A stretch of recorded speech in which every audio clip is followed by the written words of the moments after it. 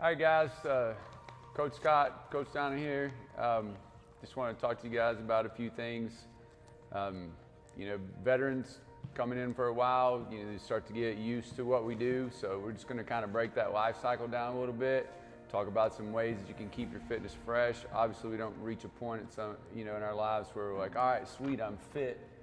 Now I don't have to work out anymore. I can go back to eating and sit on the couch. It just doesn't work that way. So we'll just talk about kind of what you may be feeling here and there, and we'll start with just the kind of the life cycle of a beginner. So Scott, tell us a little bit about that.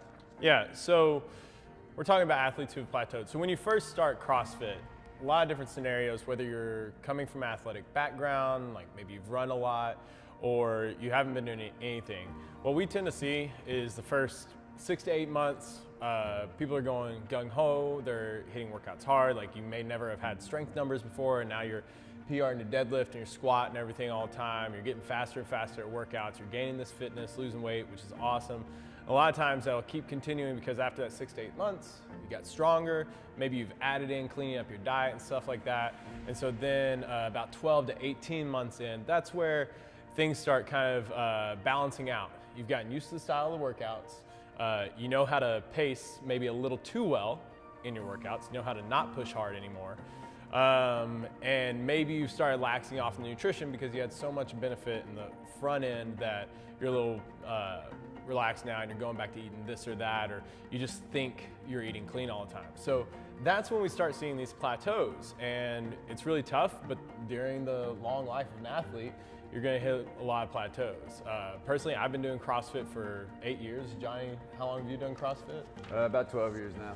About 12 years. So we've been up and down these peaks and valleys a few times, and we've both done other things like tried to specialize in weightlifting, or we've just done endurance and this and that. But one thing keeps coming true is we always come back to CrossFit and everything because of the methodology of it. So say that you're in that boat right now. Things are starting to slow down, like you're hitting the same times on your workouts. Maybe you're feeling sluggish in your workouts. Haven't had PR in a long time, just want to get over a certain number. And today we're talking a little bit about how to move past that and reevaluate what you're doing.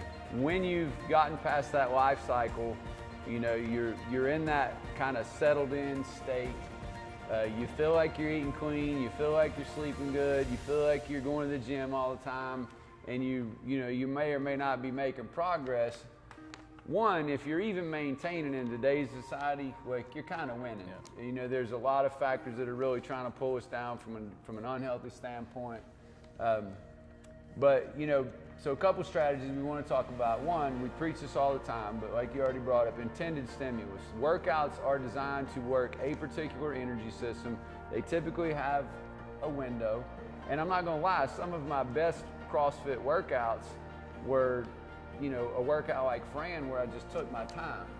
Now, I totally did not get the intended stimulus, and it was not part of a program. It was when I first started, I didn't know, and so 95 pounds and pull-ups were enough of a stimulus to create strength and some fitness and things like that. But as you get going and you get more fit, the way you get even more fit is by challenging, your edges.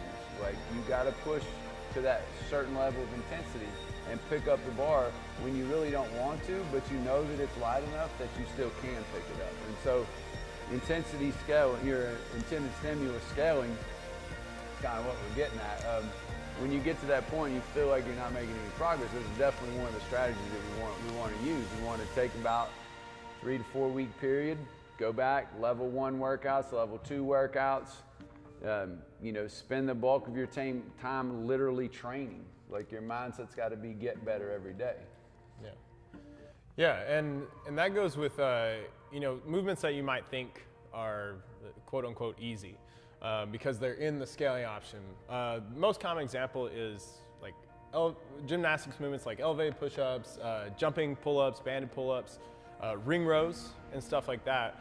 But if you're typically an RX or RX-ish athlete and you haven't done some ring rows in a workout in a while, try them out. Don't do the full rep scheme usually because that's a lot of volume, but if you think about it, it's like doing strict pull-ups all the way through the workout, and that's a great strength builder. But at the same time, maybe your kipping pull-up game is 2 to 3 at a time because you can't get the rhythm down.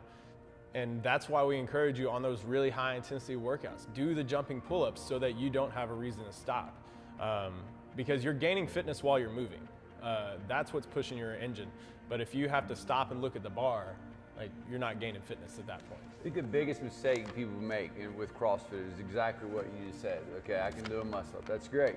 But I still do ring rows, I still do sink push-ups in the morning, I still do air sink squats, holding on to the air squat, holding on to the sink, to just working on my technique, working on my range of motion. Like, I've been doing CrossFit for 12 years. I can't tell you how many squats I've done, but I still work on that stuff every day. And honestly, you know, I'm obviously older than I've ever been, but I'm still making progress because I'm focused more on the simple things. And that's where I spend my time and my energy, because I have limited resources to devote to my fitness.